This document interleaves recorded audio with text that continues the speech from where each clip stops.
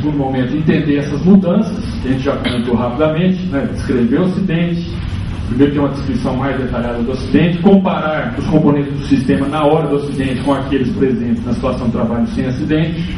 Fazer análise de mudança significa buscar as origens profundas, latentes lá atrás, né, ou incubadas desses aspectos, identificar os comportamentos que fracassaram por ocasião do AT e que foram usados em outras situações assemelhadas com sucesso. Falar, foi culpa do sujeito. Só que ele sempre fez desse jeito. Era o único jeito que tinha para fazer. Né? Por que fracassou? Por que aconteceu diferente? Então nós temos que puxar isso e entender. Uma busca sistemática dos constrangimentos, né, pressão de tempo associado à atividade que fragilizaram a segurança do sistema e contribuíram para o fracasso das estratégias já usadas com êxito. Então entra depois nessa análise mais específica das barreiras de proteção, né? Para entender as barreiras, a gente primeiro tem uma tabelinha, vocês vão ver no caderno, né? Você tem que identificar os perigos que existem. O sujeito está trabalhando em altura. O perigo é o quê? Uma situação, uma energia potencial, pode ser gravitacional, né? O sujeito está lá pendurado numa situação de risco de queda, ou está embaixo de um material que pode cair na cabeça, né? Qual que é o perigo? Né? É uma coisa que a engenharia sempre faz, identificar a situação potencial de risco. Né? Foi feita uma identificação adequada? Ou aquele risco foi banalizado? Não, isso aqui é assim mesmo. Né? Não tinha nenhuma medida, nenhuma avaliação, nem identificação daquilo como risco. Né? Não era considerado risco, é considerado habitual. Não, sempre foi assim, não tem o que fazer. Né? Já encontramos várias situações desse tipo. Né? Então, o primeiro passo seria isso: identificar esses riscos potenciais existentes, né? E quais são as medidas adotadas no sistema para controlar. Explicar essas razões. Se havia risco não identificado, para o qual o sistema não instalou medidas de prevenção ou proteção, ou a ocorrência do acidente está relacionada com falha de barreira instalada. Então, existia uma falha, existia uma barreira, só que essa barreira falhou. Tinha um cinto de segurança, uma barreira individual, mas esse cinto não tinha boa qualidade, falhou, o sujeito caiu e morreu. Tinha uma barreira que foi identificada depois do acidente, uma determinada falha. E aí, o Pará depois vai comentar com mais calma, essa utilização do modelo da gravata borboleta, que é um conceito importante para entender o que aconteceu antes do acidente, os perigos e o que acontece depois. Tem até uma figura aqui da dita. Então, o evento está aqui, o evento, o acidente em si, só que ele foi gerado por uma situação de perigo lá atrás. Então você tem causas próximas ao evento, causas mais distantes, e o perigo está lá atrás. Pode ser uma decisão gerencial tomada 5 anos atrás. O acidente da Challenger, foi estudado, lá tinha decisões de décadas, decisão da NASA para fazer determinada coisa de determinado tipo, de determinada empresa. Isso aí levou uma série de coisas que depois chegou no evento. Então nós temos que entender essas causas proximais e barreiras que a gente chama, o que está antes do evento, a gente chama barreira de prevenção. O autor classificou essas barreiras instaladas antes do evento, entre a situação de perigo e o evento, são barreiras de prevenção. Medidas que impedem a ocorrência do evento. O que é colocado daqui para cá, barreira de proteção. Ela não impede, ela ameniza, minimiza as consequências. Então, o cinto de segurança para trabalho em altura não impede a queda até o chão, mas ele vai levar um tranco lá de uns 2, 3 metros, ele não chega no chão, ele não impede a queda e as causas dessa queda. Ele vai agir aqui, o cinto de segurança no automóvel, ele não impede a ocorrência do acidente, a batida. Ele vai amenizar, ele vai diminuir as consequências, ou seja, está depois, do lado direito da gravata borboleta. E essas consequências também podem ser próximas ao evento ou muito distantes do evento. Quem assiste novela? Paixone. Só eu. Tem um sujeito lá que o pai dele, né, teve uma amputação e depois suicidou. Né, mas isso aí, o pai do cara lá, como é que é o nome dele? Ninguém vai falar. Você que assistiu. Assisto novela também, só eu. Exatamente. É o pai dele. Ele assiste também, ó. Mais um. Mais um. Então, quais são as consequências? Podem ser consequências, um acidente pode gerar consequências futuras para o indivíduo, para o grupo social, para a empresa, fruto de um evento que está aqui.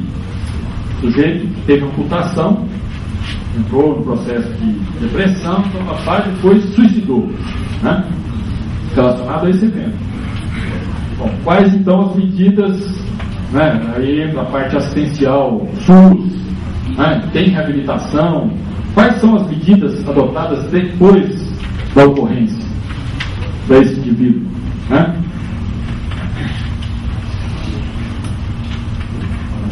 Bom, aí tem uma série de coisas que o Pará vai comentar mais sobre a questão das barreiras.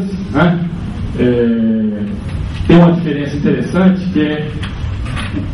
que são proteções ativas que exigem, por exemplo,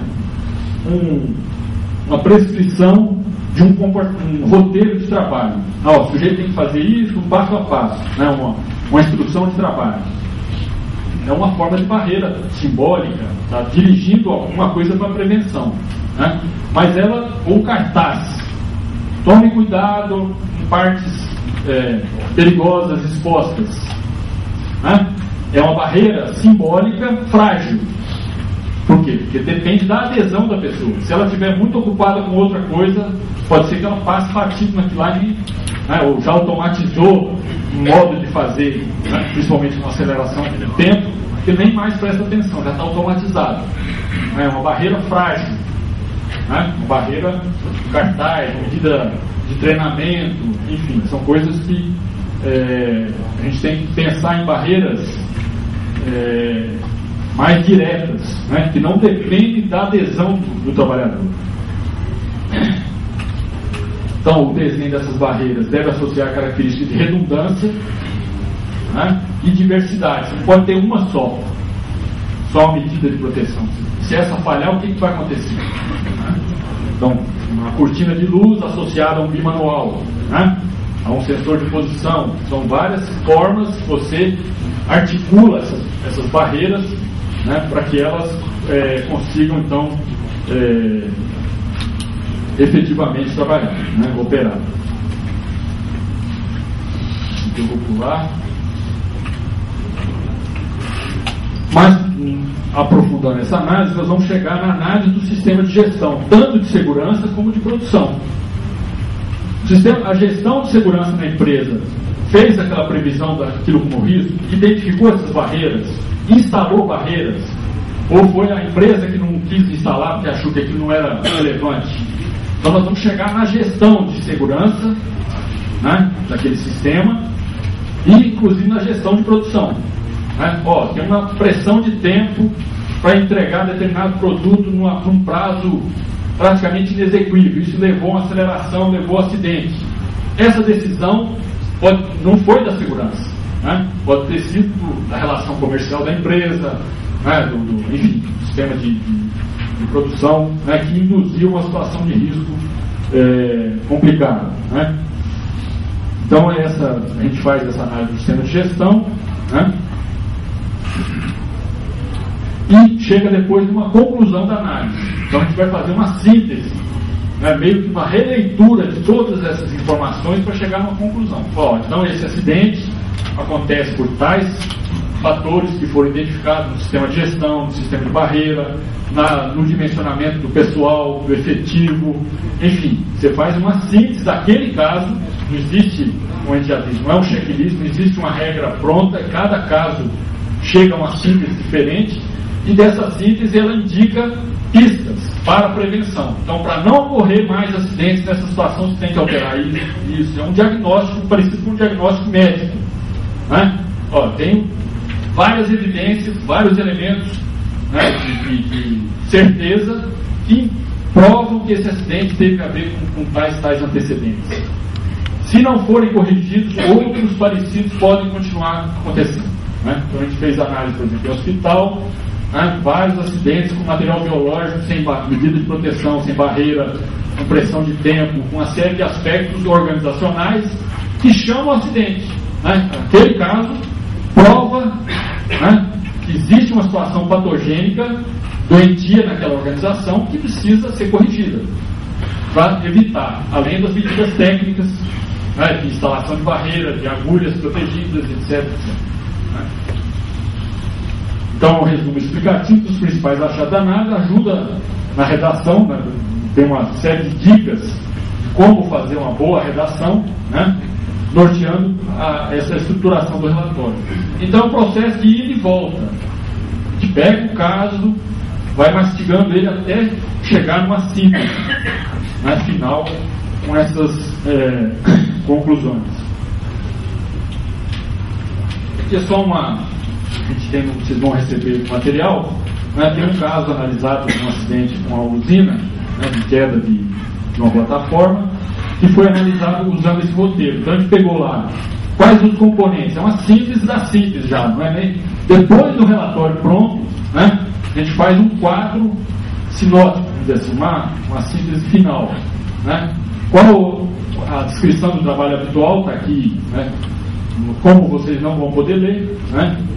Tem uma análise de mudança, o que aconteceu de diferente naquele caso, quais as barreiras, como é que elas funcionaram ou não, a gestão de segurança, a gestão de produção, os conceitos que foram usados, né? E uma conclusão final. Então, essa é uma síntese final do caso. Bom, esse material está no material, depois vocês podem olhar com mais calma.